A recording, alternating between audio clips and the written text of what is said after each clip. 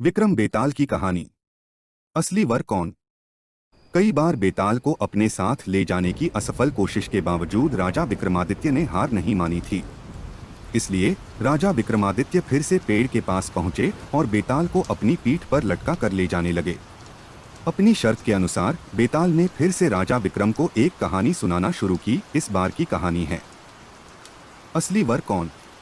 सदियों पुरानी बात है, उज्जैन नगरी में महाबल नाम का एक राजा राज किया करता है। राजा बहुत पराक्रमी और दयालु था। उसकी एक बेटी थी जिसका नाम महादेवी था। महादेवी बहुत सुंदर और सुशील लड़की थी। जब वह विवाह योग्य हुई तो राजा महाबल ने उसके लिए योग्य वर की तलाश शुरू कर दी। एक एक करके कई राजकुमार राजकुमारी से विवाह करने की इच्छा लिए राजा के पास आए, लेकिन राजा को कोई पसंद नहीं आया। राजकुमारी से विवाह करने के लिए राजा ने एक ही शर्त रखी थी कि उसकी बेटी का होने वाला पति हर चीज में निपुण हो। इस तरह कई दिन बीत गए, लेकिन राजा को कोई अपनी बेटी के लिए योग्य वर नहीं मिला।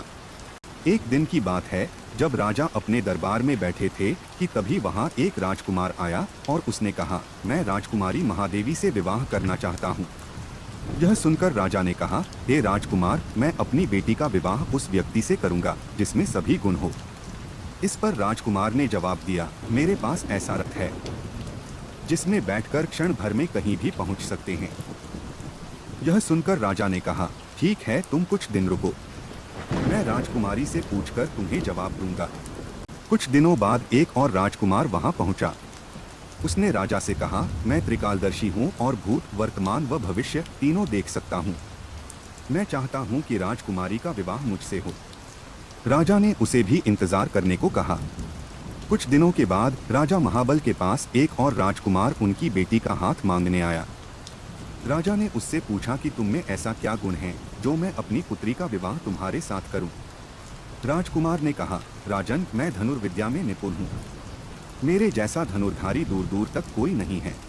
राजा ने उससे कहा, बहुत खूब राजकुमार, आप कुछ दिन प्रतीक्षा करें, मैं अपनी बेटी से बात करके आपको जवाब दूंगा। अब राजा असमंजस में पड़ गया कि तीनों ही राजकुमार गुणवान हैं, लेकिन वह तीनों से तो राजकुमारी की शादी कर नहीं सकता। तो अब सवाल यह था कि राजकुमारी का विवाह किससे होना चाहिए। वहीं दूसरी ओर एक भयानक राक्षस राजकुमारी महादेवी पर नजर लगाए बैठा था और एक दिन मौका मिलते ही वह राजकुमारी को उठाकर ले गया। यह खबर जैसे ही महल में फैली तो राजा, रानी और तीनों राजकुमार एक जगह इकट्ठा हो गए। त्रिकालदर्शी राजकुमार ने बताया कि वह राक्षस राजकुमारी को विंध्याचल पर्वत पर ले गया है। इस पर पहले राजकुमार ने कहा, मैं अपना रथ लेकर आता हूँ, हम सब उस पर बैठकर विंध्याचल चल सकते हैं। तीसरे राजकुमार ने अपना तीर कमान निकाला और कहा, मैं उस राक्षस को मार गिराऊंगा। इसके बाद तीनों राजकुमार रथ पर बैठकर विंध्याचल पर्वत की ओर चल पड़े। उन्हें जैसे ही वह राक्षस दिखा तो धनुर्धारी राजकुमार ने कुशलता से उसका वध कर दिया और वो राजकुमारी को बचाकर फिर से महल ले आए। इस कहानी को सुनाने के बाद बेताल ने राजा विक्रम से कहा, राजन, राजकुमारी को बचाने में तीनों राजकुमारों का योगदान था। तो अब तुम मुझे बताओ कि राजकुमारी का विवाह किससे होना चाहिए। राजन, मैंने सुना है कि तू हमेशा न्याय करता है, जल्दी उत्तर दे वरना तेरे सिर के टुकड़े टुकड़े कर दूंगा।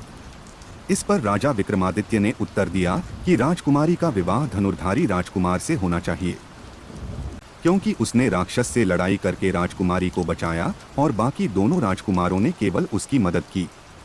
बस फिर क्या था। जैसे ही राजा बोला, बेताल उसकी पीठ से उड़कर फिर से पेड़ पर जा लटका। कहानी से सीख, मुश्किल समय में साहस ही काम आता है, इसलिए मुसीबत को देखकर घबराएं नहीं, हमेशा साहस दिखाएं। विक्रम बेताल की अगली कहानी, पत्नी किसकी। बेताल पच्चीसी की छठी कहानी सुनने के लिए हमारे चैनल में जाएं और वहां से अगली कहानी का आनंद उठाएं।